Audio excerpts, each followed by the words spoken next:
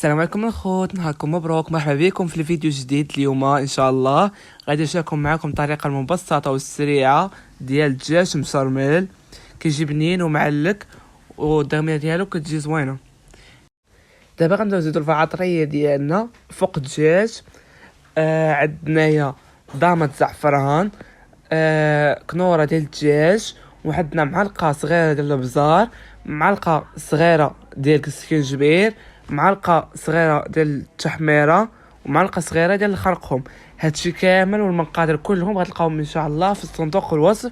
بالنسبه اللي بغى يشوفهم غتلقاو مكتوبين يا في الوصف يا في اول تعليق. قولوا لي ما تنسونيش من التعليق ديالكم اللي غيجربوا هاد الطريقه ديالي، كيفاش جاكم، كيفاش ملي حضرتوه واش جاكم بحال اللي في الاعراس اللي كتذوقوه وخاف غير في الكوكوط هما كيطيبوا في الطنجره وشي وكيحمروا. انا غندير لكم طريقه سهله بالنسبه لي انا نعمروا وجد الدجاج. هذا الدجاج مشرم غير في الدار كيجي واعر وبنين، والله ما كتشبعوا منه. تاكلوا لي صباع يديكم تاكلوا. الطريقه عملتها لي الوالده ملي كنت صغير وانا وليت كنطيب فيها، وليت كنطيبها راسي. عندنا الفصوص ديال الثوم عندنا 5، وهذه المزوريه ديال الرزه ديال الدجاج.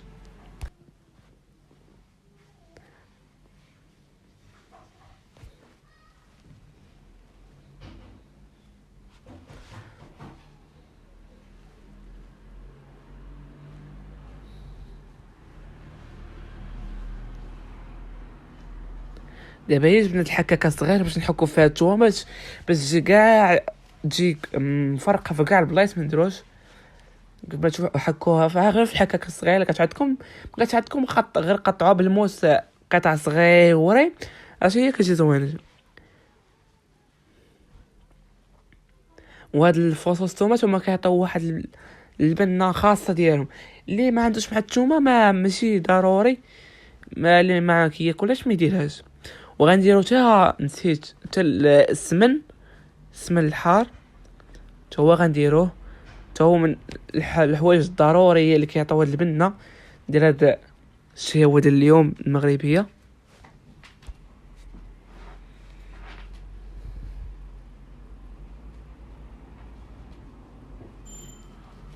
وكيف ما لاحظتوا معايا انا درت كلشي ديالي في الكوكوط باش الدجاج يتشرب لهاد القوام مزيان. ومن الاحسن ما تزربوش بالزيت، ما تزربوش في الاول حيت خليو الدجاج تا يشرب داك العطريه مزيان واش قلعوا فيها باش تدخل لينا الداخل ديال الدجاج واللحم. والدجاج من الداخل ما يجيناش ناشف. اللي كيبغيش الدجاج ناشف خاصو يدير هاد الطريقه اللي وريتكم. راه كيجي الدجاج ميدم، كيجي داخل في العطريه ديالو، كيجي بنين تبارك الله. ما نعاودش لكم شهوه منه. دابا عندنا الربيع مقطع، نسيتهم قلت لكم. المهم راه جميع المقادير غادي تلقاوهم في صندوق الوصف. وما تنساونيش من لايك واشتراك في القناه. اسمحوا لي الا بقيت حاطط لكم فيديوهات والله غير مع القرايه. كان عندي هاد العام الجهوي السيزيام، وانا هاد الطبخ راه عندي هوايه. ان شاء الله غادي نكبر، غادي نحل شي ريستو كبير ان شاء الله. دعيو معايا ان شاء الله. ان شاء الله كاملين تاكلوا عندي كاع المتابعين اللي ياكلوا فابور. والله شكرا لكم بزاف. نتوما احسن ناس عرفتهم. دابا هو اسم الحاره ديالهم.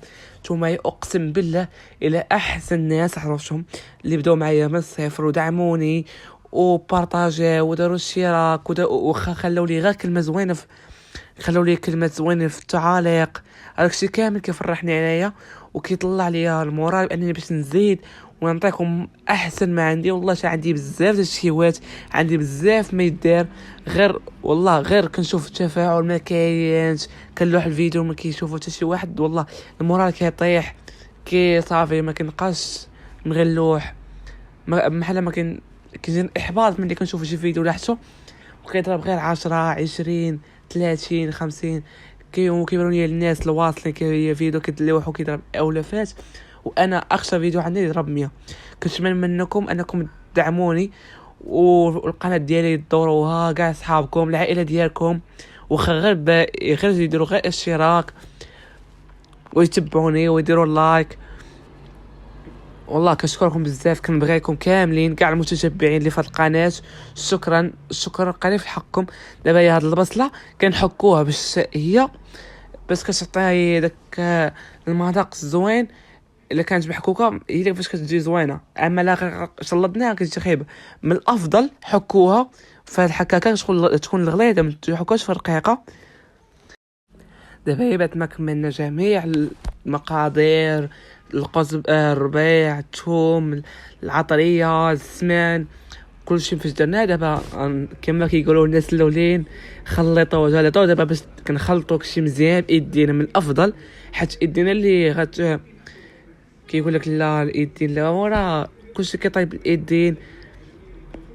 دابا راه خاصنا نخلطوا داكشي مزيان باش العطريه تدخل لينا في داك العطريه تدخل لينا في الدجاج، وباش ما يجيناش ناشف من الداخل، تجي فيه العطريه من الوسط. غيجي تبعوا معايا حتى الاخر وغتشوفوا كيفاش وجدت كلشي. راه طريقه اقسم بالله الا مجربه. انا كنجرب الحاجه انا الاول كنذوقها، الا عجبتني كنشاركها معكم. انا الاول اللي كنجربها، الا ما عجبتنيش راه ما نشاركش معكم. دابا هي غنسدو الكوكوط ونزيروها. دابا حطيناها فوق البوطه على عافيه مهيله، ماشي تكون متوسطه، ماشي مهيله وماشي مجهده، باش الدجاج بدا يتقلى علينا وياخذ داك اللون ديال العطريه. من بعد غنزيدو عاوتاني هاد البصله غنقطعوها، غير غنشلطو غير بالموس. حنا شلطناها قبل بالموس، دابا بدينا كنقطعو فيها كما كتشوفوا معنا في الفيديو.